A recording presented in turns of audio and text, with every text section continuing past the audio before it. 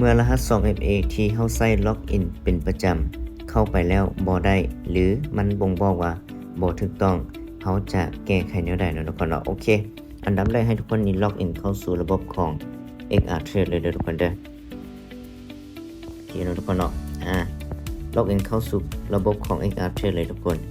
ปึ๊บล็อกอินเข้าไปเห็นบ่เฮาไปเอา 2FA มาใส่เนาะทุกคนเนาะ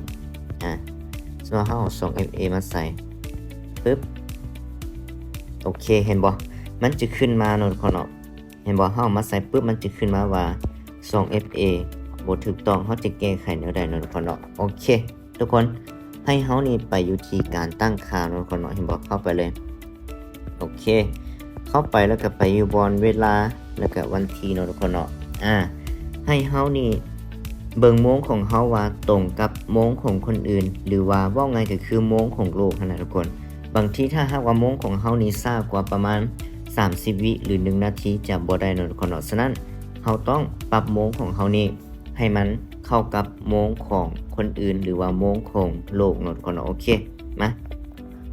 ณตอนนี้เดี๋ยวซุกจะปรับเป็น4:22เด้อจากที่ว่า4:10เท่าไหร่19บ่20บ่เนาะเดี๋ยวซุกจะเปลี่ยนเป็น4:22แล้วก็เฮาจะไปเบิ่งอีกเนาะทุกคนเนาะว่าจะถูกบ่โอเคเดี๋ยวซุกจะตั้งค่าอัตโนมัติเลยเด้อหรือว่าผู้ใดที่ว่าตั้งค่าก็สามารถตั้งค่าได้เนาะแต่ว่าซุกจะตั้งค่าอัตโนมัติเลยเห็นบ่ตั้งค่าอัตโนมัติปึ๊บมันจะปรับให้ทันทีเลยเนาะทุกคนเนาะโอเคหลังจากที่ทุกคนใส่โมงหรือว่าตั้งค่าเป็นที่เรียบร้อยแล้วทุกคนให้เฮากลับไปคือเก่าเนาะทุกคนเนาะเข้าสู่ระบบของ XR Trade คือเก่าหลังจากนั้นให้เฮาแปลรหัส 2FA ตัวเก่าเนาะทุกคนเนาะ